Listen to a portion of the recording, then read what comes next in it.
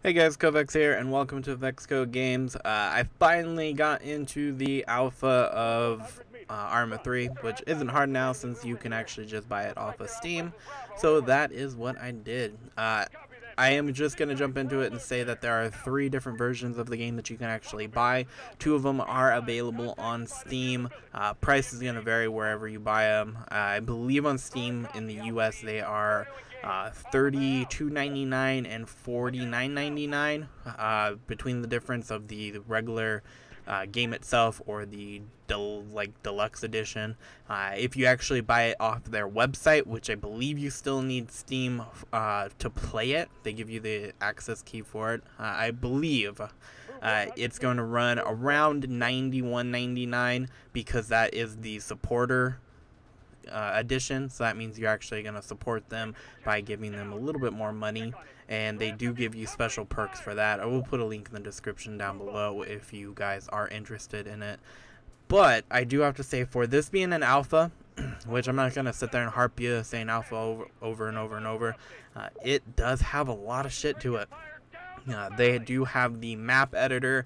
People do have mods up and available right now for Wasteland. I believe they are working on Charnaris, however you want to say it. I always fuck it up, so I'm sorry for that. But it does run, but it is really glitchy since it is alpha. Loot, as you can see right here, the inventory system has changed. I was fucking around with this for a little bit. So pretty much what you can do, when you put your gun into your main slot, you can actually change the ammo really quickly, whatever ammo you want. You can sit there and change the scope out. So certain guns, the attachment for the scopes are interchangeable, so you can take them out and switch them. You can add silencers onto your weapons. There's a lot of shit that you can actually do just in Arma 3. If you have played Arma 2, it does feel the same, except for the fact that you have more control over your character. AI in this game right now is just crazy. They pretty much see you from, you know, halfway across the map on veteran and can just one-shot you. It's really crazy. They're just like aimbots. I believe they will fix that. But the fact that you can just change the parts of your weapon. So if you find a well, the main gun that you start off with is a single shot gun that's actually hits really hard. I can't remember the name and I can't see it in the corner because my window's kind of too small. But the gun that you actually start off with is a really good gun. The scope on it is very bad. I don't like what the scope was. So on the dead body, I decided that I was going to take a scope. So I swapped it out. Now I have a dual scope. It has the main scope, which can give you some range. And on top of that, you have the red dot sight. So for close combat, it is versatile in both. You can change how you crouch. So right now I'm just crouched. You can see the little radicals moving, you know, quite a bit, not too much, but it's still really hard to hit those long range, you know, 300-meter shots or more and be really accurate with it. So they added instead of the prone ability, you can actually sit down and have your legs spread out to give you more, I guess, accuracy. I don't know what the correct term of what it's called is, but you can actually pretty much just sit down and your little reticle won't really move at all. It would be like in Arma when you don't, or in Arma 2, as when you don't sit there and run and you catch your breath. You know how the reticle is just super straight on, perfect sights. You can shoot from pretty far away just from being crouched. Well, in this one, if you want that to happen again, you have to be prone like I am now or sitting down on your butt. The fact that you can get one shot in this game by the AI is crazy. I had it before where the AI pretty much just took me out in one shot on one of the missions on veteran. Just pretty much headshot me and I fell over. I believe they're Ragdoll physics, or the physics of the characters when they die is good. You don't have that, you know, same blocky, you know, AI texture, character texture. When you kill something, they just stop, throw their hands in the air and fall to the ground. These ones, they actually go limp and like just fall on the ground, and really good. Standalone when this, or not standalone, but full retail game when this comes out, I can't wait. I was playing on Wasteland and I was just listening to the people do their conversation, which I have to say I did get on a server where it was really laggy.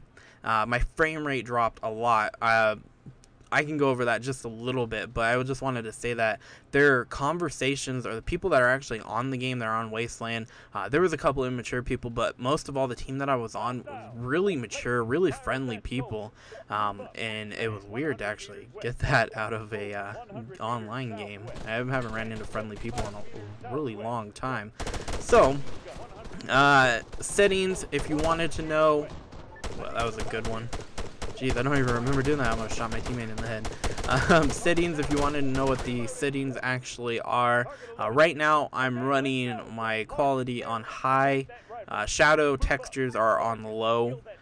That's mainly because if you go through and look at this, like the quality and the render and stuff like that, I find that the textures of the game, like the shadows being on low, suits me more. It feels really, good. I like how it looks, and it's not gonna, hinder my performance of the game. But other than that, the draw distance is where most of your lag's gonna come from in this game. So if you are running a PC that isn't, NVIDIA 690, 680, whatever the high-power video cards are, you're running still on like the 560s or lower, you're going to want to jump straight into editor mode, because it will auto-detect what your settings are, but you're going to want to jump in there and double check what you can actually run and what is good for your rig and how will your performance be. So if I put everything on, just standard, lower it, put the render quality down pretty low, I can hit plus 60 plus frames a second, no problem. Just playing in the editor or playing some missions, I can hit about 50. But when I keep everything on high and I play these missions, I'm around 30 frames a second. Even recording, I have 30 frames a second. But that's what I wanted to get onto for the online multiplayer.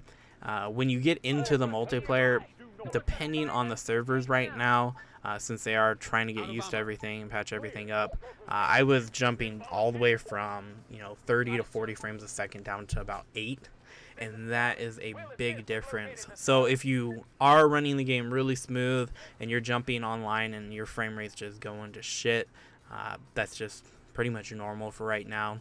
It should change, I'm hoping, pretty soon, especially with the amount of people that are actually on the game and playing the game.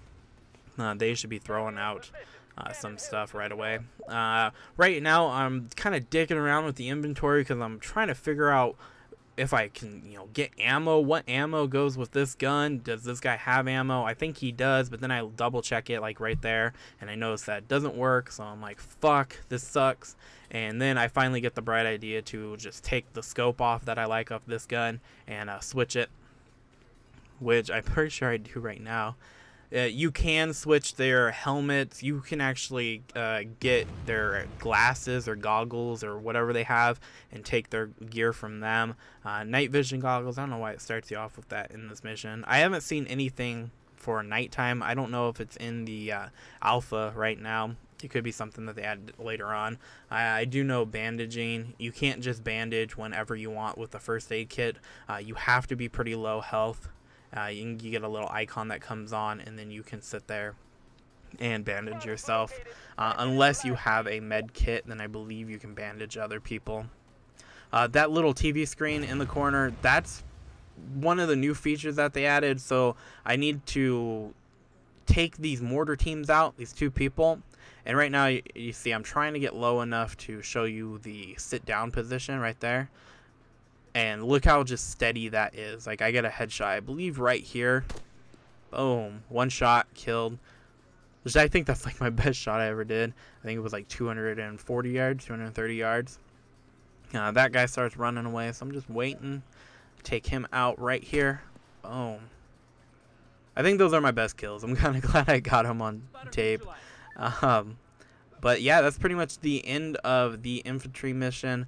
They do have other ones, which I will put up later.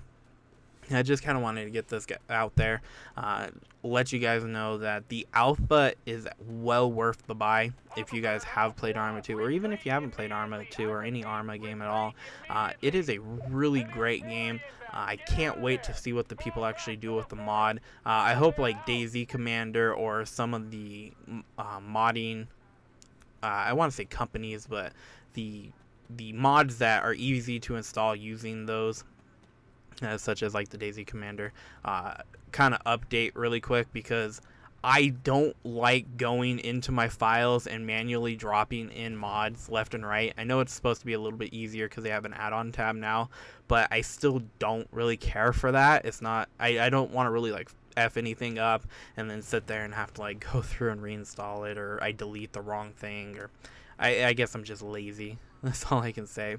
But anyways, guys, definitely check this out. If you feel like dropping down $91, almost $100 for the support edition of the game, where you just give them more money to support them, I will put a link to their website where you can buy it online or underneath the description. And I hope you guys actually enjoy. There's still 3 more missions, I believe, after this, and I will bring them to you. So check them out, and I will see you guys later. Bye.